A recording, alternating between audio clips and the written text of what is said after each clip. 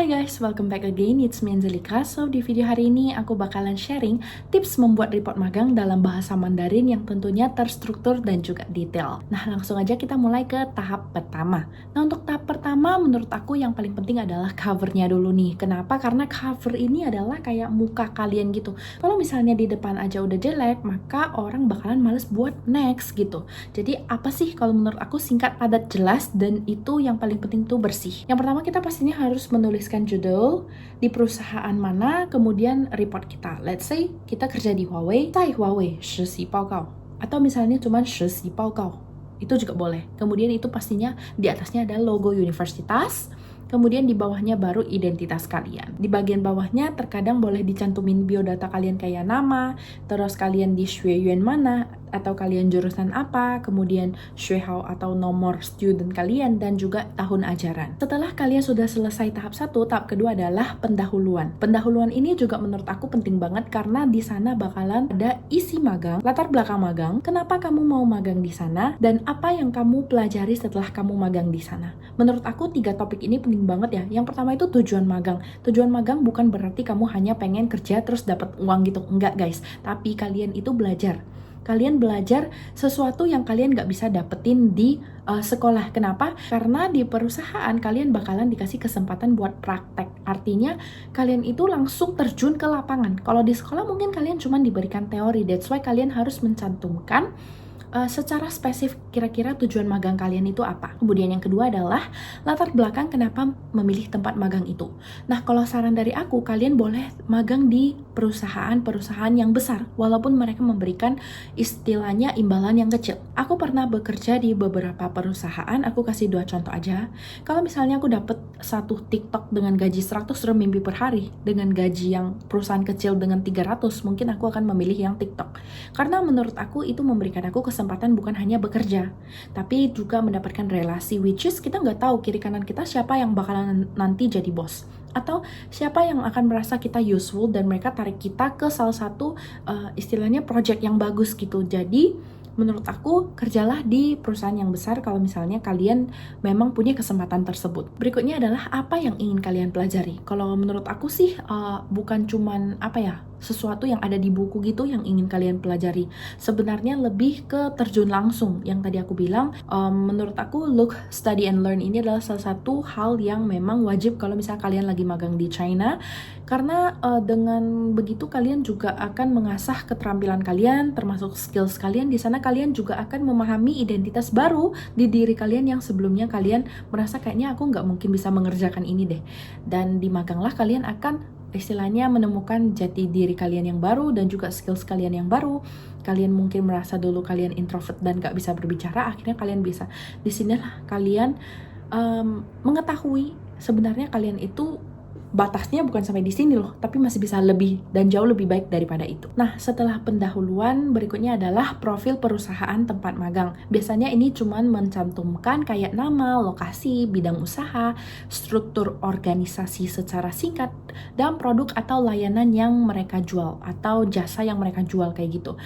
Nah, kalau untuk ini aku nggak ada kayak satu template yang terstruktur, tapi inilah biasanya beberapa poin-poin yang wajib dimasukkan di report magang. Ini menurut aku kalian bisa minta sama HR-nya guys, kayak misalnya minta aja company profile, biasanya itu bakalan dikasih, tapi dengan syarat kalian udah magang mungkin kurang lebih 3 bulan, itu pasti bakalan dikasih. So, ini bisa kalian minta tolong ke HR-nya, kalau misalnya kalian punya versi English, tinggal ditranslatein aja ke Mandarin. Berikutnya adalah isi atau kegiatan magang. Ini itu salah satu hal yang menurut aku penting banget, karena di sini itu banyak banget saran dari dosenku.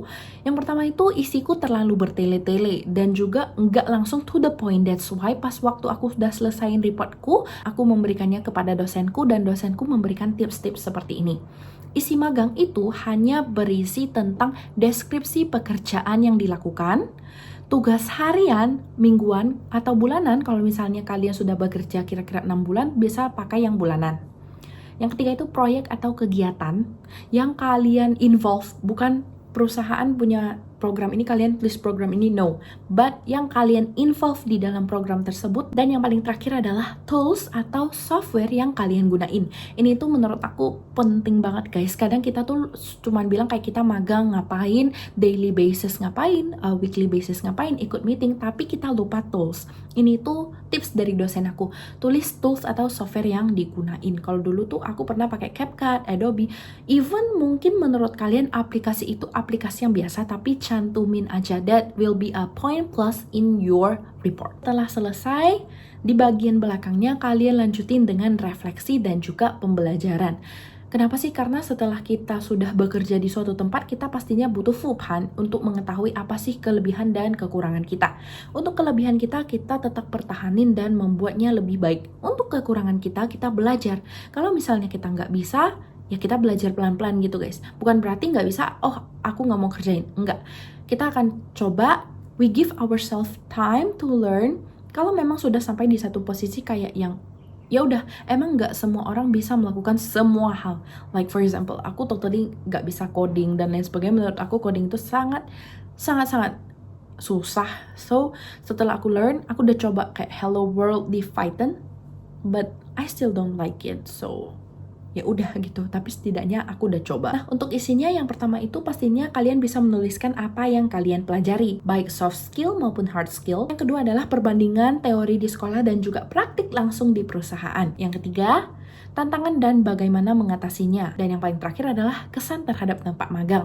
Nah, kalau untuk kesannya, menurut aku jujur aja sih guys, jangan tulis kayak magangnya nggak enak, magangnya jelek, magangnya begini-begini. Karena company udah memberi kamu platform, which is that is a free platform di mana kamu bisa melakukan kesalahan gitu. Bukan kesalahan yang besar ya, tapi kayak you can do small little things yang bakalan orang bantu kalian buat memperbaiki gitu loh hal-hal buruk. Malah kalian memberikan kesan yang nggak baik ke perusahaan juga nggak mau bantu kalian cap nanti di akhir ya kan. So, tulis aja kayak tempatnya oke, memberikan aku banyak sekali kesempatan, memberikan aku panggung di mana aku bisa berlatih lebih banyak. Dan yang paling terakhir adalah kesimpulan dan saran. Ini tuh penting banget ya, kalian harus ringkas hasil magang kalian. Berikutnya adalah saran untuk perusahaan. Biasanya aku paling cuma bilang kayak Siwang Cai ini, semoga buka project mereka di Indonesia kayak gitu. Something yang tidak menjatuhkan perusahaan, tapi juga at the same time berilah saran yang emang objektif. Kemudian yang paling terakhir adalah harapan ke depannya. Kemudian kalian sudah selesai di bagian kesimpulan dan saran, langsung kalian ke bagian lampiran. Di sini kalian harus lampirin apa aja sih, seperti jadwal kegiatan, foto kegiatan, misalnya ada kayak tag atau misalnya kalian clock in buat kerja, itu kalian juga boleh lampirin.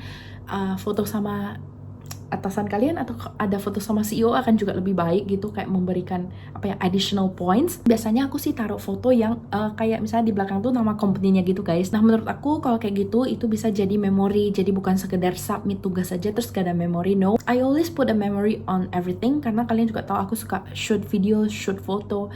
Because I think when one day ketika aku udah tua, pas aku lihat kayak aku pernah magang di sini gitu, like ya pokoknya pede aja gitu guys. Nah, setelah kalian selesai di bagian lampiran, biasanya butuh cap perusahaan, cap dosen, komentar perusahaan, dan juga komentar dosen. Itu tinggal kalian minta aja dan sesuaiin. Yang paling penting, make sure kalian sudah talk to your dosen, alias mereka udah tahu apa yang kamu kerjain selama ini, apa yang menjadi kendala kamu, mereka akan bantu. Dan menurutku tergantung juga, kebetulan aku dapat dosen yang cukup strict. Dia langsung baca semua report aku dan dia langsung kayak yang pusing, ini hapus, ini nggak boleh, ini gimana, ini akan membuat kamu kayak gimana gitu. Dan aku melakukan revise gitu, dan akhirnya dia kasih aku nilai yang cukup oke, which is 98. Memang nggak sempurna, tapi ya udah puji syukur lah ya, dengan guru strict dia kasih aku nilai segitu. Dan yang paling terakhir adalah aku pengen kasih beberapa tips yang udah aku tulis. Yang pertama itu pastinya kalian harus gunakan bahasa baku atau bahasa profesional, istilahnya bahasa yang bukan kayak taruh ne, he, ha kayak gitu. 我在吃饭哈, itu nggak baku. 我在吃饭 itu baku. Jadi make sure kalian pakai kalimat baku. Yang kedua adalah perhatikan struktur kalimat dan tata bahasa Mandarin yang baik. Cek grammar kalian. Kalau aku pribadi emang aku agak lemah di bagian grammar, tapi aku biasanya minta bantuan AI seperti ChatGPT, Po, Toupao, dan masih banyak aplikasi AI lainnya. Kemudian yang ketiga adalah buat laporan sepanjang 1.500 sampai 3.000 karakter Mandarin. Nah, tapi ini harus dikonsultasikan lagi dengan sekolah kalian. Kalau misalnya sekolahku tuh mintanya 6.000 dan itu harus magang sekitar 6 bulan. Dan yang paling terakhir adalah konsultasikan ini ke dosen pembimbing kalian sebelum finalisasi alias sebelum cap dan juga sebelum tanda tangan. Kenapa? Karena kalau company udah tanda tangan, biasa itu memakan waktu yang cukup lama, dan kalau misalnya kalian mau revisi kan susah ya, mau minta lagi. That's why setelah kalian tulis report kalian selesai, baca kurang lebih 1-2 kali ulang, make sure kayak tidak ada salah di titik koma, karena itu menunjukkan profesionalisme kalian. Setelah itu kalian kasih ke dosen pembimbing, minta dosen pembimbing untuk review, jangan mau langsung ditanda tangan. Aku tahu itu bakalan hemat waktu guys, tapi tidak, kalian langsung kasih ke dosen pembimbing, dia akan baca dan minta dia untuk review. Itu wajib. Dan setelah dia review, ya udah tinggal kita revisi sesuai dengan kemauan dia. Dan kalian sebenarnya juga boleh berdebat sih. Menurut aku berdebat dalam hal positif itu oke banget. Berdebat kayak misalnya, Laushe kayaknya ini nggak usah diganti deh, Laushe ini boleh diganti nggak, kayak gitu. Konsultasilah yang banyak. Udah deh, langsung disubmit dan kalian akan mendapatkan nilai yang bagus. So, itulah beberapa tips dari aku. Oke, segitu dulu untuk video hari ini. Sorry aku sambil lihat di sini karena aku udah tulis notes-nya. Nanti aku akan bikin detailnya, aku akan taruh di sini. And that's all for today's video. Semoga kalian suka video ini. Kira-kira aku harus bikin video apa lagi di minggu berikutnya. Kalau misalnya teman-teman punya pertanyaan apapun, kalian bisa langsung list di kolom komentar. And see you on my next video. Bye-bye.